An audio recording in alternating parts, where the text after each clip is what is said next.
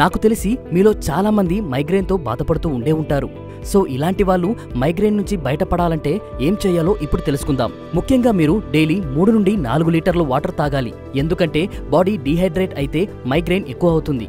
ఇంకా డైలీ ఒకే సమయానికి నిద్రపోవడం వల్ల స్ట్రెస్ తగ్గి మైగ్రేన్ నొప్పి తగ్గుతుంది. ఇక మీరు తప్పకుండా డైలీ ఉదయాన్నే బ్రేక్ఫాస్ట్ స్కిప్ చేయకుండా తినాలి. ఇంకా యోగా, ధ్యానం వంటి మనసుకు ప్రశాంతత కలిగించే వ్యాయామాలతో పాటు ఫిజికల్ వ్యాయామాలు కూడా చేయాలి.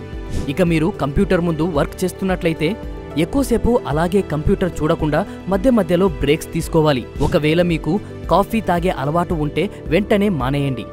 ఎందుకంటే కాఫీలో ఉండే కెఫెయిన్ మైగ్రేన్ పెయిన్ను పెంచుతుంది. అలాగే మీరు స్మోకింగ్, డ్రింకింగ్ వంటి వాటికి కూడా దూరంగా ఉండడమే మంచిది. Thank you.